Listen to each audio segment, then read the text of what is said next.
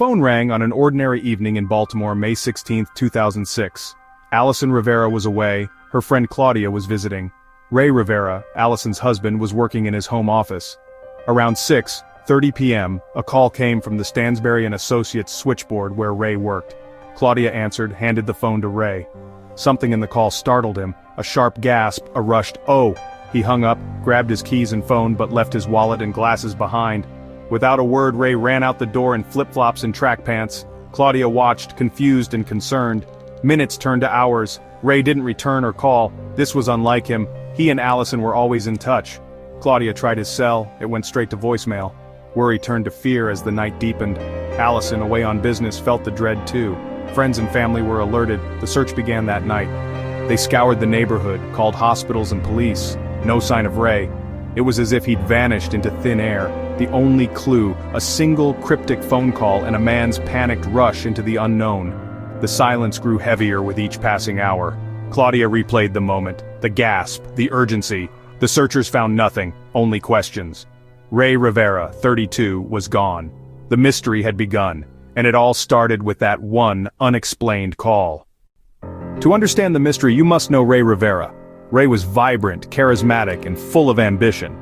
Born in California, he was a talented writer and aspiring filmmaker. He dreamed of Hollywood, but love led him to Baltimore with Allison, his wife and best friend. Their relationship was close, affectionate, and admired by all who knew them. Rey took a job at Stansberry & Associates writing financial newsletters, a departure from his creative passions, but a stable opportunity. He worked hard, always providing for his family but never let go of his dream to create.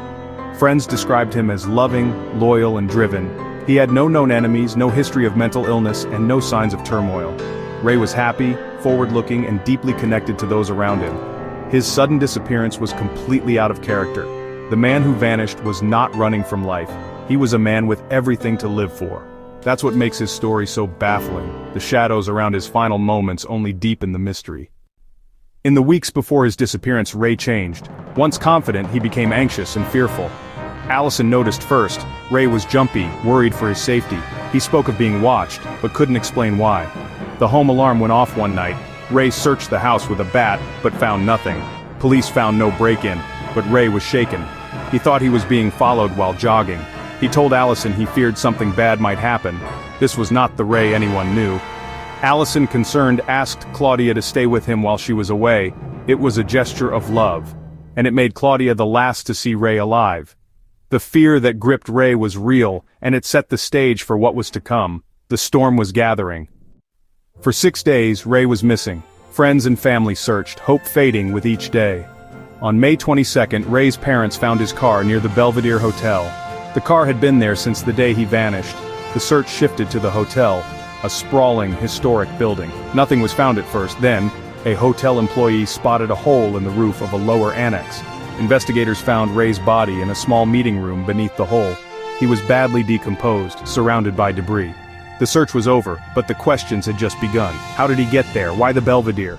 The discovery brought no closure, only more confusion. The scene was bizarre, the details inexplicable. Rey's death was now a puzzle, the mystery deepened. The scene of Rey's death was full of contradictions. The medical examiner ruled the cause undetermined. Rey's injuries matched a fall from a great height, but the details didn't add up. The hole in the roof was small, too small for a man of Rey's size. The trajectory required a running leap, nearly 45 feet, almost impossible. His flip-flops, glasses, and phone were found near the hole, undamaged. A fall from that height should have shattered them. His money clip was missing. Some injuries didn't match a typical fall. The evidence felt staged, not accidental. The scene defied logic and physics. It was a riddle with no clear answer.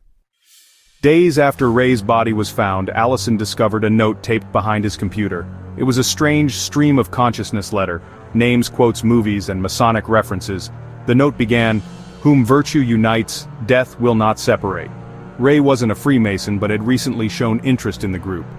The note asked for people to be made 5 years younger, and mentioned making his friend Porter Stansberry whole. The FBI saw it as a possible suicide note, his family saw it as creative writing. Was it a sign of a troubled mind, or just a writer's brainstorm? The note remains one of the case's most debated clues. Was it a cry for help, a coded message, or just imagination? It only deepened the mystery. The investigation quickly stalled. Leads dissolved into ambiguity, evidence contradicted itself. Stansberry and Associates, Rey's employer, refused to cooperate. Employees were told not to speak, lawyers were hired, and a gag order was issued. Security cameras at the Belvedere weren't recording that day. The one that might have captured Rey's fall missed the moment. The phone call that started it all was traced to the company switchboard, but the caller was never identified. Every clue led to a dead end. The company's silence raised suspicions. The lack of footage erased Rey's final movements. The investigation was left in limbo. The truth slipped further away. With no answers, theories flourished. Some believed Rey took his own life, citing paranoia and the note. His family rejected this. He was happy, with no history of mental illness. The physics of the fall made suicide unlikely. Others suggested murder, staged to look like suicide. Maybe Rey was killed elsewhere and his body dropped onto the roof.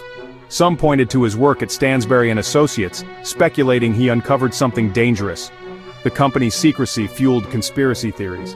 Others wondered if his interest in Freemasonry played a role. Each theory explained some details, but none fit all the facts. The contradictions remained. The truth was elusive. The case became legend. The Rey Rivera case is defined by what's unknown. What happened after Rey ran out the door? Who called him? Where did he go for 6 days? How did he get onto the roof? How did his belongings survive the fall? Why did his employer react with such secrecy? Was the note a suicide letter, a creative exercise, or a code? Each question leads to more questions. The case is a labyrinth with no exit. Its greatest mystery is its lack of resolution.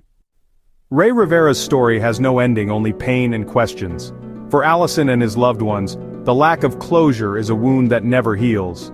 The case haunts true crime fans and the public alike. It's a chilling reminder that some mysteries remain unsolved. The Belvedere Hotel stands as a silent witness. Rey's legacy is a story of love, loss, and the persistence of mystery. Theories come and go, but the silence from that day in 2006 endures. For his family, the pain is sharpened by not knowing why. Some mysteries are not meant to be solved, they are simply meant to haunt us.